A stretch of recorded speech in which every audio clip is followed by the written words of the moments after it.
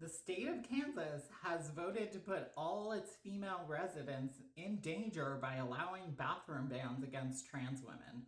Stick around because I'll talk about it. This is from the Kansas City Star. It says Kansas lawmakers vote to police bathrooms in public buildings. Republican supermajorities in the Kansas legislature passed a bill Wednesday evening barring people from using restrooms in government buildings that don't align with their sex assigned at birth. So, in other words, Republicans chose to discriminate against trans people by banning them from the correct bathrooms. And I have to point out the obvious here. Trans women are not a threat to women's spaces. The real predators are cisgender men. When you look at facts and statistics, which is what we do in reality, cisgender men are the threat to women. They always have been. And big surprise, white cis men are the ones who want trans women banned from women's spaces. Issues regarding trans girls and trans women in cis women's spaces are being manufactured by Republican religious cults. The legislation targeting trans Kansans was adopted after a series of remarkable procedural maneuvers that circumvented all public input on key provisions of the bill, including a ban on multi-occupancy unisex restrooms and other private spaces. So, oh my God, these people can't even handle a unisex restroom. Like, are we adults or not? So circumventing all public input means they ignored public input on this case. And why would they ignore public input? Because the public recognizes reality and doesn't agree with this. These decisions are coming from Republicans who have aimed to pump out lies and false information on the trans community, which should not come as a surprise when this is how Republicans are dealing with every current issue. Deny reality, put out lies and disinformation, and then blame the victim for the problems in this country. It's the same tactic they're using with the Epstein files. It's the same tactic they are using with the horrific murders in broad daylight of Renee Good and Alex Preddy. Even after the public has seen multiple videos from multiple different angles on those killings, Republicans are still lying about everything and blaming the victims, and America is not buying it. But this is how Republicans operate. This is how they've always operated. The restrictions on restrooms, changing rooms, and locker rooms would apply to all buildings owned by the state of Texas, local governments, and school districts, as well as public colleges and universities. So Representative Sarah Humphreys, who's a Republican who propped this bill, said right now anyone can walk into any bathroom, and this is about making it really clear who can go in each restroom. She claimed this was to protect the privacy of women. So this is a really good example of Republicans, including Republicans in government like Sarah Humphreys, denying reality.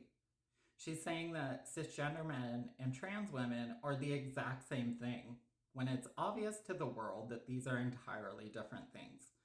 Trans women live their lives as women in society. We function in society as women. Gender is not attached to your sex parts. And you can't compare a cisgender man who's a predator to a trans woman who's just using the bathroom.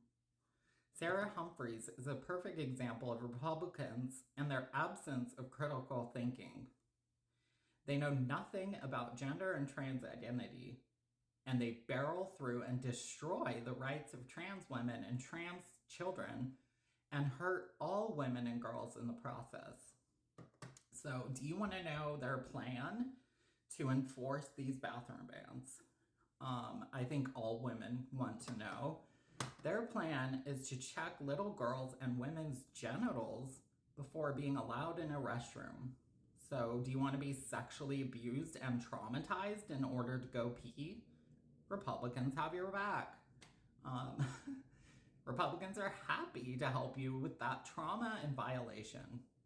Republicans are also telling residents to illegally stalk and take photos of trans women in restrooms. We have the case of Michelle Evans. This is a woman in Texas who posted a photo of a trans woman using the restroom. She's now a charged criminal facing serious charges and a court case for her predatory actions. This is another way Republicans deny reality and mislead their base. They encourage illegal behavior. Stalk trans women. Do whatever you can to ruin an innocent trans woman's life. Republicans don't care if it's against state law, or the person that attacks the trans woman may go to prison as a charged criminal. They don't give a fuck. They use the same encouragement with the immigration enforcement. They tell these officers they can kill whoever they want. They kill Renee Good. They kill Alex Preddy out in the open. And now these goons lost their job and will probably have giant investigations sooner or later. Murdering an innocent person is obviously the wrong thing to do, but Republicans in government have no issue causing death and destruction and put their own supporters in prison in order to accomplish their goals. So this is a sick, sadistic, demented way of manipulating Americans and truly giving intentionally false information that causes death and chaos. And Republicans are sitting snug and sound in Congress and look the other way with this corruption. This bill contains another provision requiring the Department of Revenue to revoke and reissue driver's licenses and birth certificates that have been updated to reflect trans identity in Kansas. So it's not enough to stalk women, abuse them, discriminate them, and force them out of bathrooms. They also have to deny the reality of gender when it comes to legal documents. They have to police other people when it has nothing to do with them. This presents a whole new issue for trans people. This makes it extremely confusing for anyone who wants to verify our documentation for any reason. So, airport security, driver's license, anything you would need your driver's license for. I'll give an example. So before I updated my own ID to reflect my outward transition, I went to the bank and I just wanted to withdraw some cash. And the woman working at the counter said, "I'm sorry, ma'am, you cannot withdraw cash from your boyfriend's bank account." So I had to explain to her what was going on. She seemed like she didn't believe me.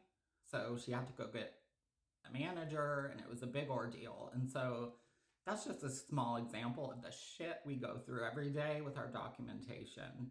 And so the purpose of doing this is to make it harder for us intentionally. That's fucked up. So obviously, my example was a low danger situation, but you can see how that confusion could put a trans person into a really dangerous situation if they think you're trying to use someone else's identity. So now I want to talk about my bathroom experiences. I've been sexually assaulted by men in men's restrooms. I've been followed into women's restrooms by men that assaulted me. I've also been sexually assaulted by men out in the open in front of other people in broad daylight. So my personal experiences reflect that of the actual evidence and hard data, which is that the predators are cisgender men. So thank you guys for listening. Please like this, share it, leave a comment, get this information out. I'll be back very soon.